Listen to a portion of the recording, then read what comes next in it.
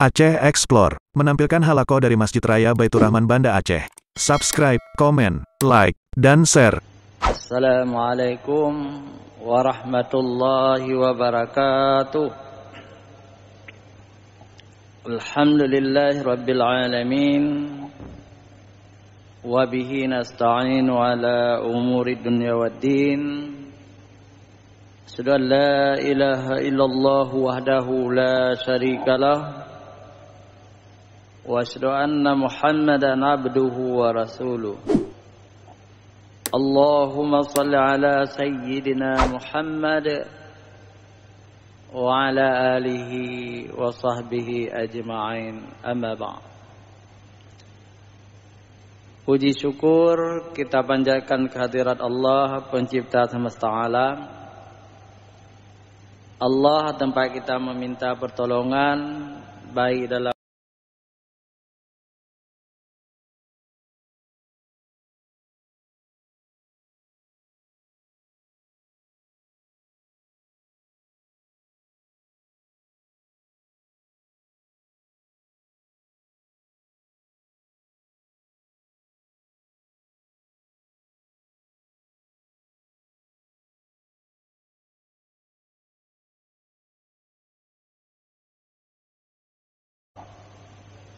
tamu-tamu yang datang dari luar kota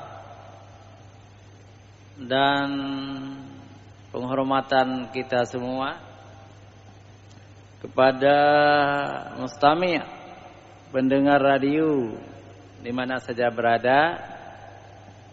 Mudah-mudahan pagi ini kita mendapat setetes ilmu lagi dari sejarah dan kebudayaan Islam. Hadirin wal hadirat yang dimuliakan Allah. Hari ini kalau nggak salah tanggal 5 Safar, bulan kedua dari bulan Hijriyah. Ini adalah bulan hijrah Rasulullah sallallahu alaihi wasallam. Karena Rasulullah nanti hijrahnya tanggal 27 bulan ini. Bulan Safar. Berangkat dari rumah masuk ke dalam gua, 3 hari dalam gua, kemudian keluar bersama Abu Bakar. Nanti pas tanggal 1 Rabiul Awal beliau berangkat menuju Madinah. Dan semua perjalanan Rasulullah itu membutuhkan waktu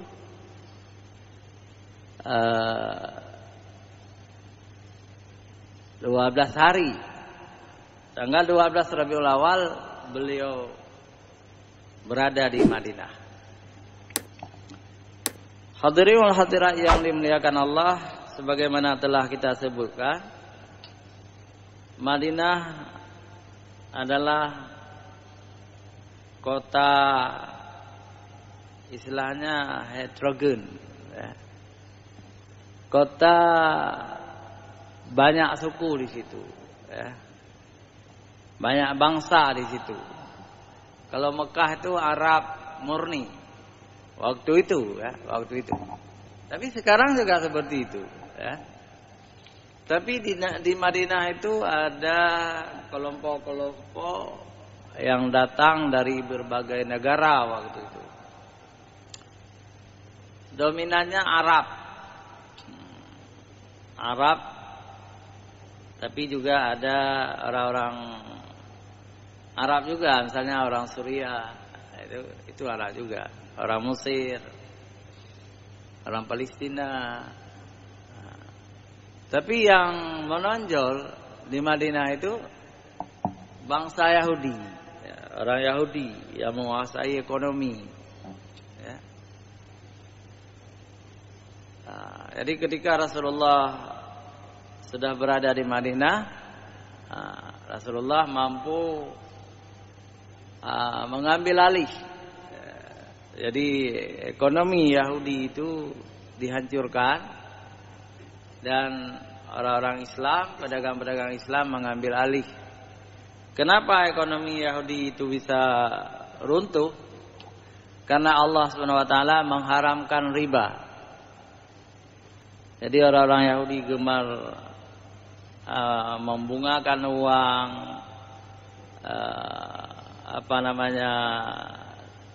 tengkulak itu mereka itu kan, rentenir, dipotong oleh Rasulullah, diharamkan oleh Allah dan Rasulnya.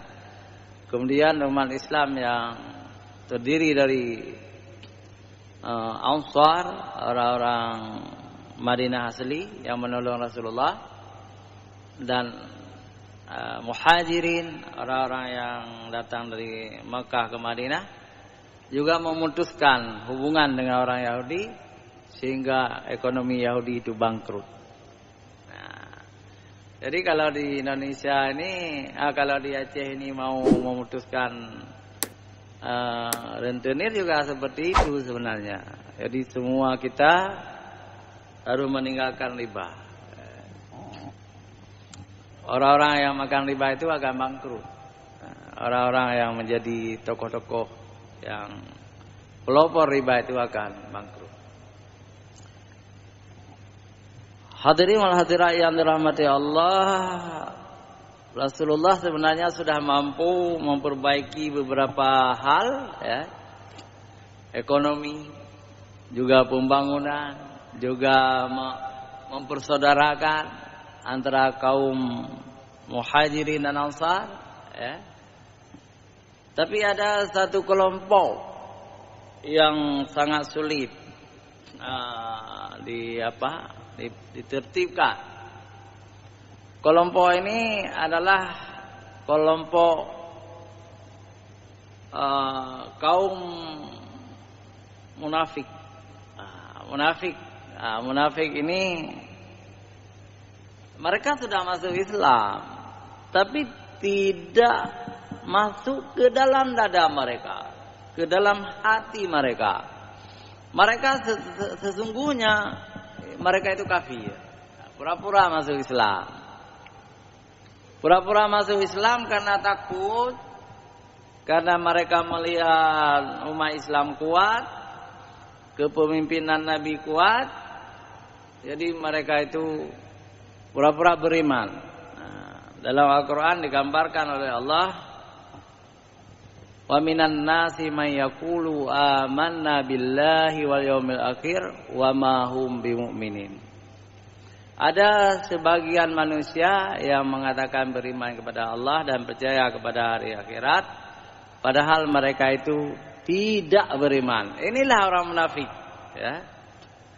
Orang munafik itu tidak mau beriman.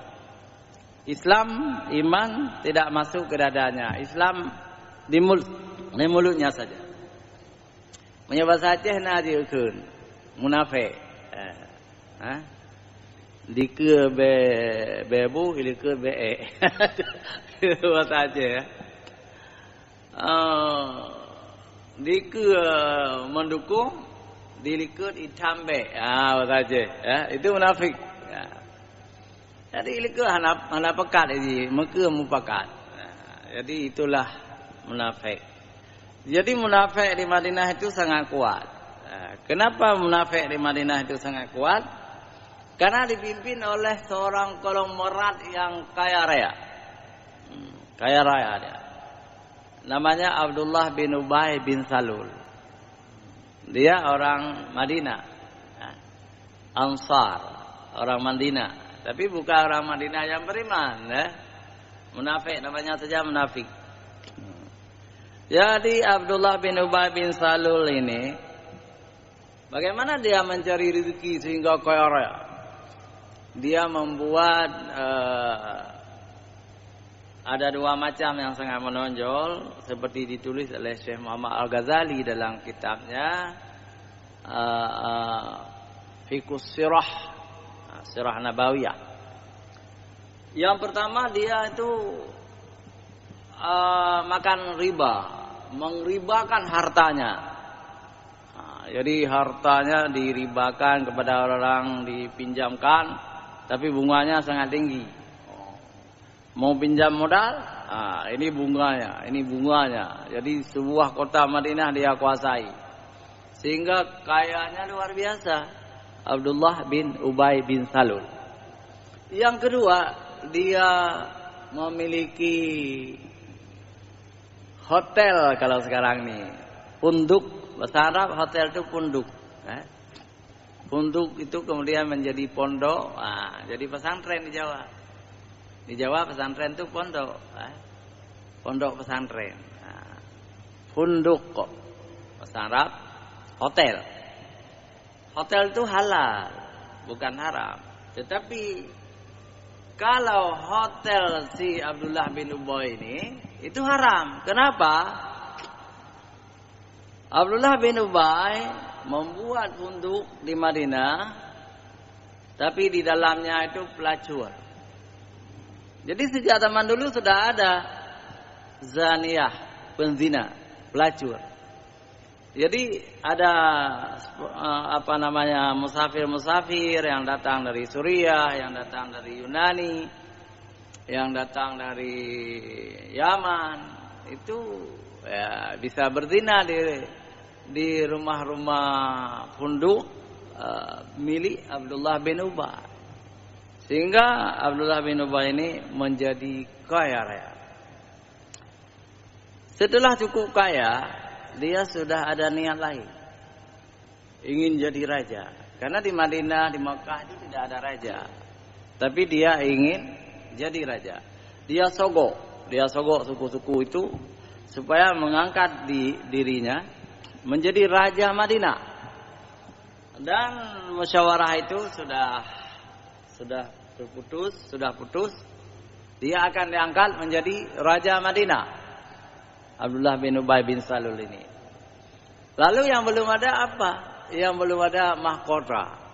Dari mahkota dikumpullah berlian, dikumpulkan emas, yakut, zamrud, jadi batu-batu alam yang sangat mahal. Dibuat mahkota. Tidak boleh kalah. Kalau Raja Suriah itu besar, Raja Syam besar, jadi Raja Iran waktu itu, Persia juga besar. Ini juga harus besar, dibuatlah sangat besar. Jadi mahkota raja baru akan diangkat. Itu. Jadi sebelum selesai dibuat mahkota untuk Raja Madinah dengan rajanya itu Abdullah bin Ubay, tiba-tiba datang hijrah Rasulullah sallallahu alaihi wasallam ke Madinah, disambut gembira oleh kaum Ansar yang beriman, didukung oleh Muhajirin yang datang 300 orang dari Mekah, sangat kuat. Kemudian menjadi masyarakat baru, yakni masyarakat Islam. Tersisihlah orang-orang munafik ini, lalu mereka pura-pura masuk Islam, hatinya tidak Islam. Yang paling marah, yang paling dengki tentunya calon raja yang tidak jadi itu. Abdullah bin Ubay bin Salul sangat kecewa, sangat malu, mahkotanya tidak bisa dimanfaatkan. Akhirnya dia membangkang, berpura-pura, menyembunyikan akhlaknya yang buruk itu, ya. Dia menjadi musuh Rasulullah. Bagaimana kejadian pertama? Kejadian pertama, mereka berkumpul di bawah pohon kurma, tidak jauh dengan dekat Masjid Nabawi. Itu ada kelompok manusia duduk-duduk. Rupanya semuanya, berapa orang tidak dijelaskan. Itu semua orang munafik di situ, pengikut Abdullah bin Ubay. Dan ada Abdullah bin Ubay di situ. Tiba-tiba Rasulullah datang dengan keledainya. Jadi kendaraan Rasulullah itu ada 3 macam. Ada unta kalau beliau pergi jarak jauh. Ada kuda, beliau juga sering naik kuda ke luar kota. Tapi di dalam kota Madinah untuk berdakwah, Rasulullah dengan himar. Himar itu keledai. Jadi Jadi ada 3 macam kendaraan Rasulullah. Jadi beliau naik keledai. Nah, sampai ke rombongan orang duduk-duduk di bawah pohon kurma itu, Rasulullah memberi salam, Assalamualaikum. Mereka juga menjawab, Waalaikumsalam. Ada orang-orang munafik juga tak tahu itu arti Waalaikumsalam. Sejahtera atas kamu. Nah, tetapi justru Abdullah bin Ubay dan kawan-kawannya itu menutup hidungnya. Menutup hidungnya. Itu apa maknanya? Artinya tidak senang, ada debu. Wah. Lalu Abdullah bin Ubay dengan congkaknya, Muhammad, pergi. Ya. Masa Rasulullah diusir? Keledaimu itu berbau, keledaimu itu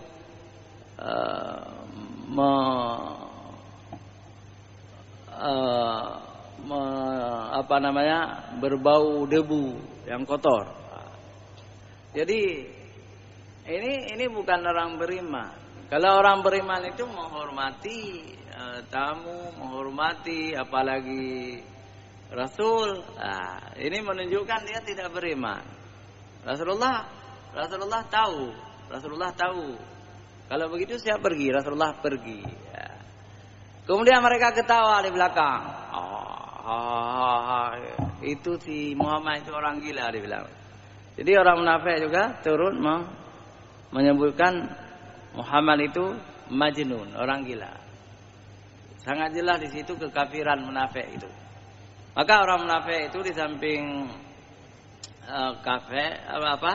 di samping kafir, juga dalam Al-Quran orang munafik itu disebut juga dengan fasikun, orang fasik. Fasik mereka itu. Hadirin wal hadirat yang dirahmati Allah. Jadi inilah Abdullah bin Ubay. Namun demikian, Abdullah bin Ubay bin Salul ini punya seorang putranya, seorang anaknya yang beriman, sahabat Rasulullah. Namanya Abdullah juga. Abdullah bin Abdullah. Nah, ini tidak salah ya. Kalau kita memberi nama anak kita seperti nama kita enggak masalah. Ya. Maka di Indonesia ini juga ada gelar-gelar yang sama dengan ayahnya ya.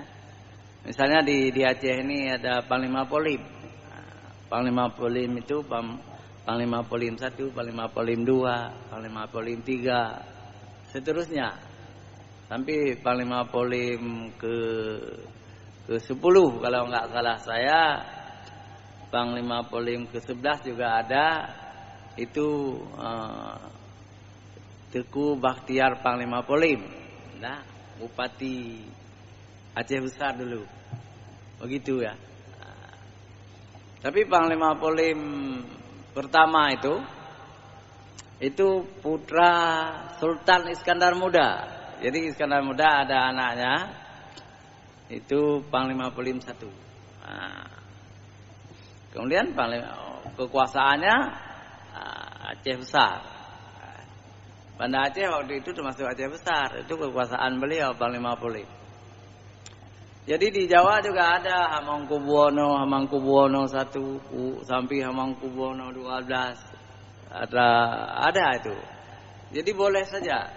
Tetapi kalau langsung juga boleh. Misalnya saya punya nama Amir misalnya. Ada anak saya kasih nama Amir, tidak masalah. Nama saya Darmawan. Ada anak saya kasih nama Darmawan. Itu tidak masalah, boleh-boleh saja. Maka Abdullah bin Ubay bin Salul ini memberi nama anaknya Abdullah juga. Tetapi yang sangat luar biasa, Abdullah yang pemuda ini, yang gagah perkasa ini, dia masuk Islam. Masuk Islam, beriman dan menjadi sahabat Rasulullah sallallahu alaihi wasallam. Ini yang luar biasa, ya. Jadi tidak aneh karena hidayah itu milik Allah, ya. Allah memberi hidayah kepada siapa yang dikehendaki, ya. dan mencabut hidayah dari siapa yang dikehendaki. Maka tokoh-tokoh kafir itu ada anaknya yang beriman. Anaknya luar biasa. Abu Jahal misalnya. Abu Jahal itu ada anaknya yang beriman. Anak Abu Jahal itu Ikrimah, itu beriman kepada Allah Subhanahu wa taala. Ada lagi Walid bin Mughirah, itu kafir. Kafir anaknya Khalid bin Walid, beriman, malah mendapat gelar Saifullah dari Rasulullah. Jadi itu urusan Allah, hidayah itu urusan Allah. Abu Lahab pun ada anaknya yang beriman, yang bernama Utbah itu beriman, Utaibah yang tidak beriman, anak Abu Lahab.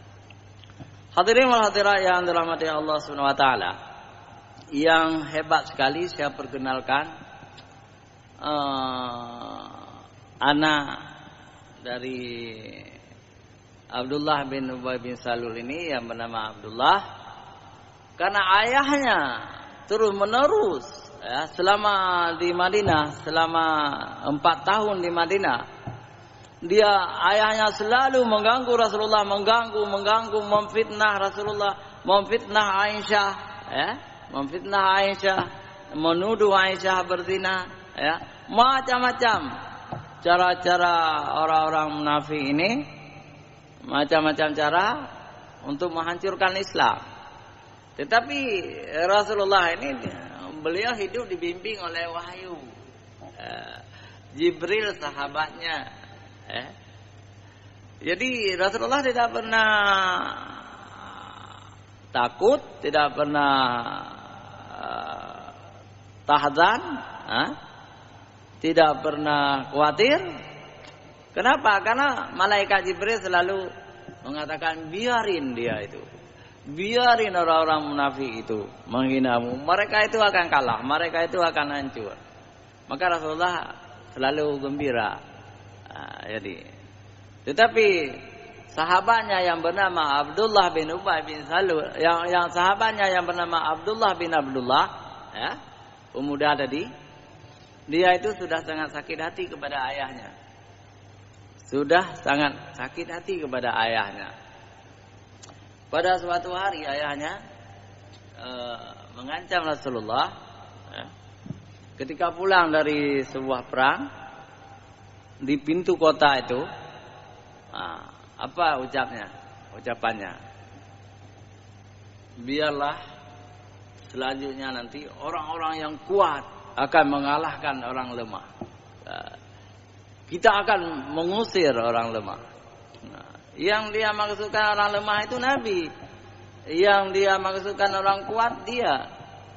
Kenapa dia mengatakan kelompok yang kuat? Karena rupanya orang-orang munafik ini, Abdullah bin Ubay bin Salul, sudah bekerja sama dengan orang Yahudi. Orang-orang Yahudi di Madinah sudah bekerja sama ingin mengusir Nabi kembali. Nabi sudah ada di Madinah, tapi ingin diusir. Nah, jadi di pintu kota itu ada seorang pemuda namanya Zaid bin Arqam. Zaid bin Arqam, dia masih pemuda tangguh, masih remaja, tapi kuat, imannya sangat kuat dan sangat berani. Coba bayangkan, ayahnya saja di Mekah dulu, ini dia orang muhajirin, ayahnya dulu menyediakan rumah tempat Rasulullah. Arqam bin Arqam memberikan rumah tempat Rasulullah mengajarkan Al-Quran kepada sahabat-sahabat. Jadi Zaid bin Arqam ini seorang pemuda. Dia berdiri di pintu kota. Tibalah Abdullah bin Salul, tokoh munafik ini. Kita akan usir Muhammad. Dikatakan lagi, kita orang-orang Madinah ini jangan lagi membantu orang-orang muhajirin, supaya orang-orang muhajirin itu lapar, supaya orang-orang Muhajirin itu kembali ke negerinya, ke Mekah. Jangan lagi membantu makanan kepada orang-orang Muhajirin. Dia pergi terus. Si pemuda ini, Zaid bin Arqam ini sudah merekam. Dia langsung menemui Rasulullah. Ya Rasulullah, Abdullah bin Ubay bilang kita akan diperangi, akan diusir. Abdullah bin Ubay bilang kita akan diusir dari Madinah. Rasulullah tersenyum saja. Kemudian beredar. Jadi berkembang isu baru.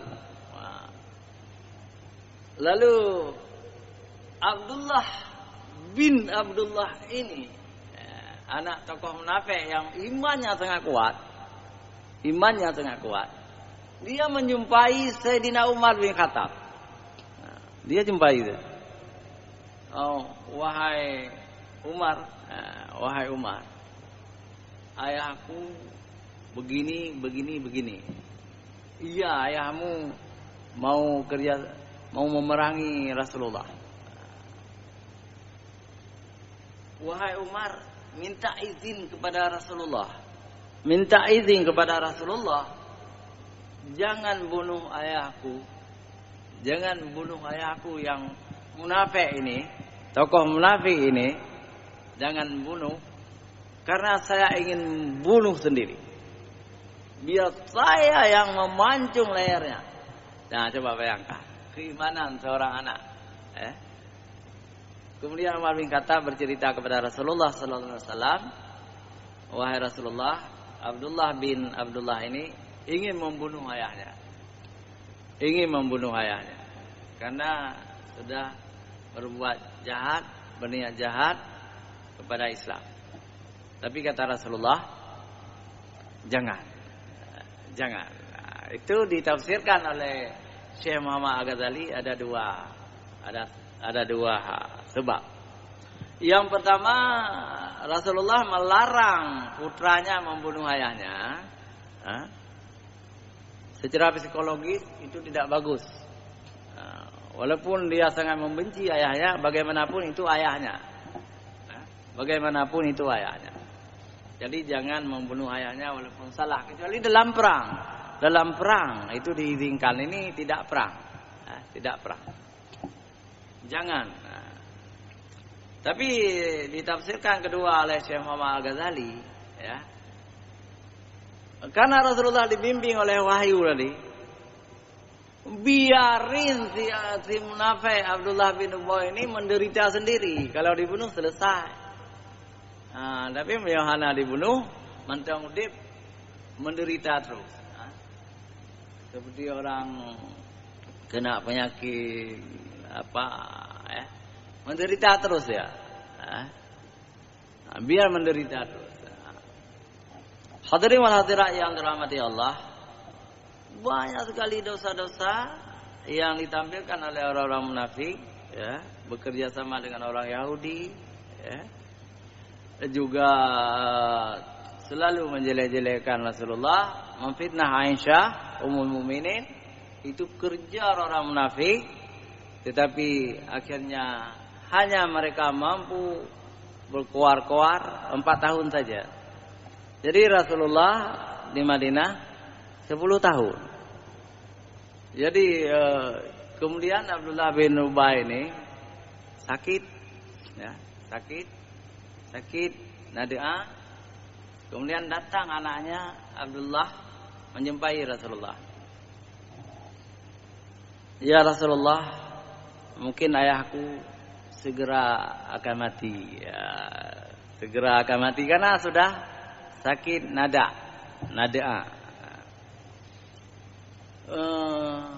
Berilah jubahmu, jubah baju Rasulullah itu untuk kafannya kalau ayahku mati.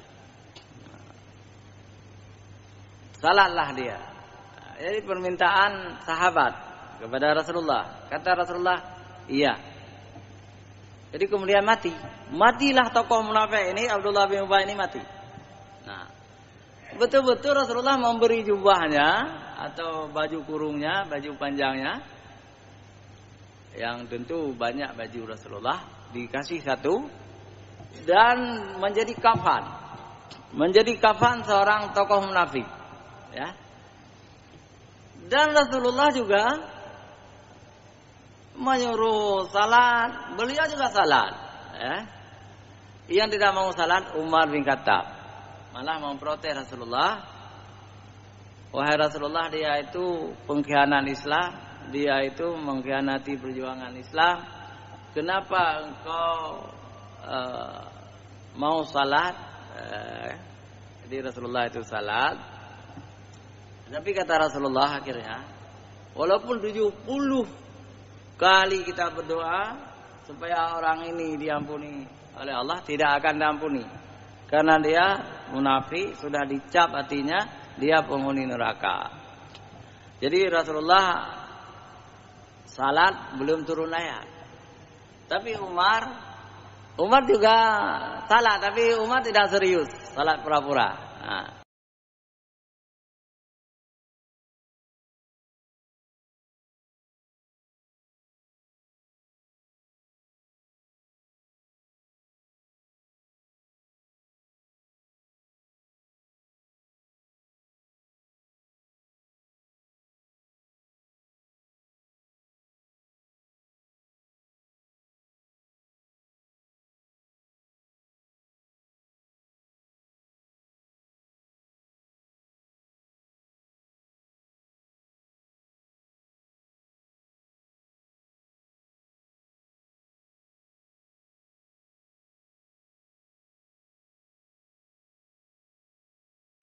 Setelah itu langsung turun ayat.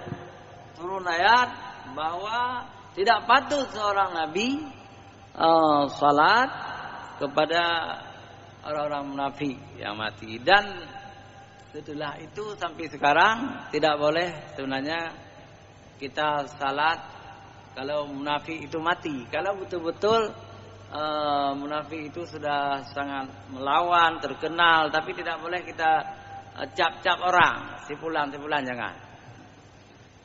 Begitulah hukum Allah. Akhirnya Abdullah bin Ubay ini mati dalam keadaan kafir. Dia seorang munafik, ya, yang sangat banyak dosa-dosanya. Itu hanya 4 tahun. Setelah itu tahun ke-5, ke-6, ke-7, ke-8, ke-9, ke-10 Rasulullah tidak ada gangguan lagi dari orang-orang munafik. Jayalah Islam di Madinah. Memang ada sejumlah perang yang selalu dimenangkan oleh Rasulullah sallallahu alaihi wasallam, termasuk perang Uhud. Ya, perang Uhud hampir kalah. Perang Uhud hampir kalah umat Islam, tetapi kemudian menang juga. Ini harus kita ingat. Jadi perang Uhud itu kesimpulannya menang juga Islam. Perang Badar di Madinah juga terjadi di Badar, ya. Provinsi Madinah sekarang. Perang Uhud, perang Khandaq, sampai perang-perang Hunain, semua dimenangkan oleh Islam. Orang-orang munafik tenggelam betul. Maka dalam hadis ada dikatakan orang-orang munafik sekarang adalah tenggelam. Mereka tidak mampu menampakkan kegiatannya di Madinah.